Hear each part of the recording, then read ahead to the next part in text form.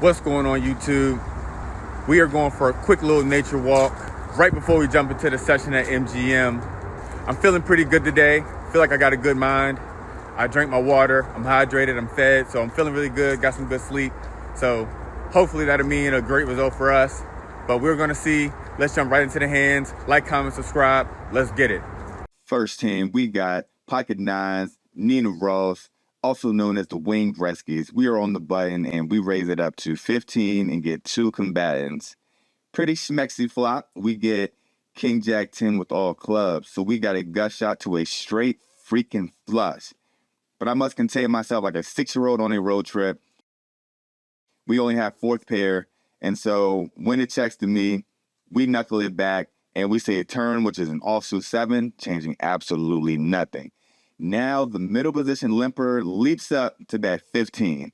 And even though it seems like a great price to draw at a straight flush, I just decided to be disciplined and let it go. And good thing I did, because later on I found out that our opponent had Queen 5 of clubs, blocking all of my straight flush outs and had me drawing dead on the turn. So although it looked great, everything that glitters is not golden. As we transition into hand number 2, we are short-handed, so ace-5 off in the cutoff is definitely going to be a raise. We go up to 15 and only the button to my left calls, so unfortunately we're no longer in position. And the dealer produces a flop of 6-3-3, so we completely whiff. However, that's never stopped me before. So I bet out for 10, not tripping if he calls or folds, and he chooses the prior. Not Richard, by the way. And we bink the King of Diamonds, which hits the most common hand most people put you on when you raise pre-flop, Ace-King. So now I bet 25 into 50, and he snap calls, which is pretty good because now with that timing, I know that he more than likely just has a flush draw. So now I'm just fading a diamond, and we see the 4 of hearts. So even though we arrive with just ace high, we weaponize our chips, known as Destructo Disc, to fold out our opponent. We don't got to go that large to fold him off of the range we assigned to him. So, to no avail, our $65 bet, King Deuce suited. Yes, direct hit.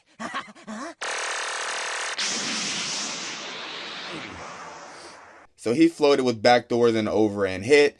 Must be nice. Oh well. Late recording alert. But we called a middle position raise to 15 from the big blind with 10-7 suited. Definitely light, I know. And the under the gun limper decides to drag along, and we see a flop of ace, queen, jack with 2 spades, giving us a combo draw. Any king, any spade gives us a monster. So we check to the aggressor, and he slides out $25. But Mr. Mac has devious plans. I eye out his stack. It looks to be about 150. So we jam, putting our opponent in the blender. He must have only had 1 pair because he is hating his life. He doesn't know what he wants to do. He's shuffling his cards. I really don't care either way. I would prefer if he calls and I hit. But as he's tanking and tanking, he ends up landing on a fold. He claims to have ace-queen for top 2, only putting me on king 10 specifically, which is absurd. If he has top 2 pair, that's a snap call. But of course, with only 10 high, I will take it. Looking down at King Jack suited, which treated me very well last vlog. Go check it out if you haven't already. Our hijack buddy to the right bumps it up to 15. I could choose violence here, but I'm just a chill guy. So I just call along with the big blind. So we're going 3 ways to a flop. And the flop is Jack 5-4 with 2 diamonds. So pretty good flop, top pair, pretty good kicker. When action gets to the aggressor, he sends out a $15 raiser. Of course, with top pair, we aren't folding. But we're not calling either. We are not a chill guy. Now get your ass out of here. Hey, God! The goddamn mower. He's on this goddamn place. We raise this bad boy up to $50, trying to get value from flush draws, straight draws, and weaker Jack X holding. But unfortunately, both opponents decide to fold. However, fortunately, the pot is getting raked in by us, so that is a profit. Let's take it. In the very next shuffle, we see Jack 9 suited, and we call it pre-flop raise of 15, which brings along the big blind player. We missed completely on a 10-10-4 two-spade board, so when it checks to me, we elect not to bluff and check it through. Turn actually gives us a pair of nines, but also brings in a second flush draw. Now our big blind buddy throws out a 1/3 bet, and it folds to me. So knowing that there's two tens on the board, it's less likely he has one. I have a 9. I decide to call to see if he's full of it or just betting a flush draw. He definitely could have trips though and just checked flops to the aggressor. So we're going to tread with caution, and we see a river which brings in the 8 of clubs. So backdoor flush gets there along with queen jack, making a straight. So weirdly enough, he decides to check it back, but I'm more than happy enough to just get the showdown with my pair of 9s. But we are beat by queen 10 for flop trips, so we're just going to shake that one off and move on to the next one. What a difference a couple hours can make in a session. So the player on my right, who I first thought was tight, I now know isn't.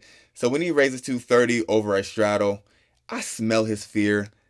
Like a lion smelling a baby gazelle who wandered too far away from the pack. Confession, I'm the lion, and he's the gazelle, and we pounce. We go all the way up to 125 with ace-7 suited, and to our sunny delight, everyone folds, and we take down 40 bucks uncontested in 20 seconds. That's how you do it. Okay, so this hand is pretty vanilla.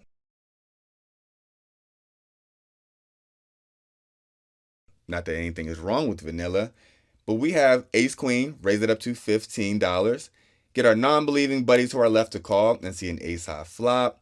I bet off for 15, hoping that he hit the ace as well, and I can double barrel the turn, get a lot of money from him. But he snap folds, and that's that.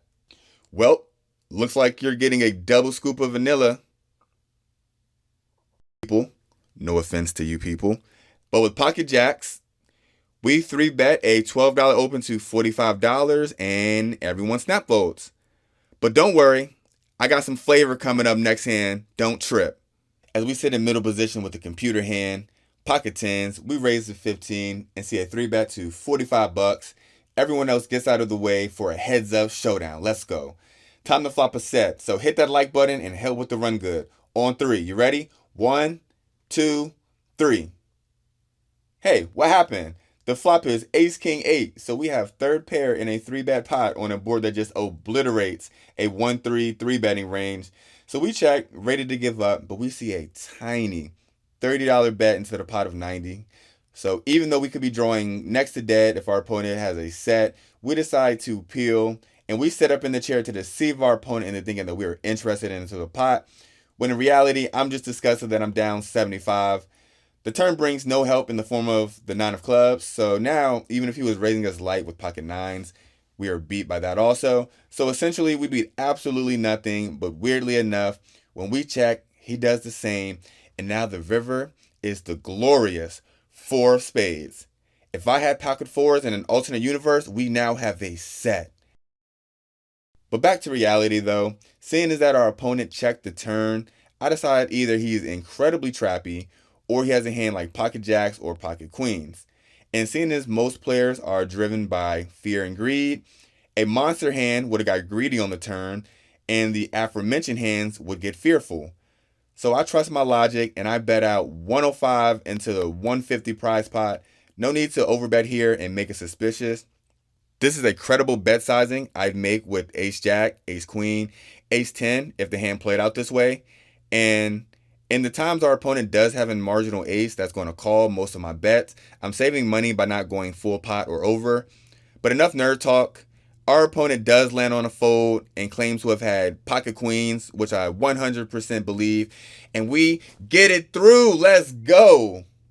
So after this hand, we had played for 4 hours and we received the $100 casino promo. So we're going to hit the outro and go over the results.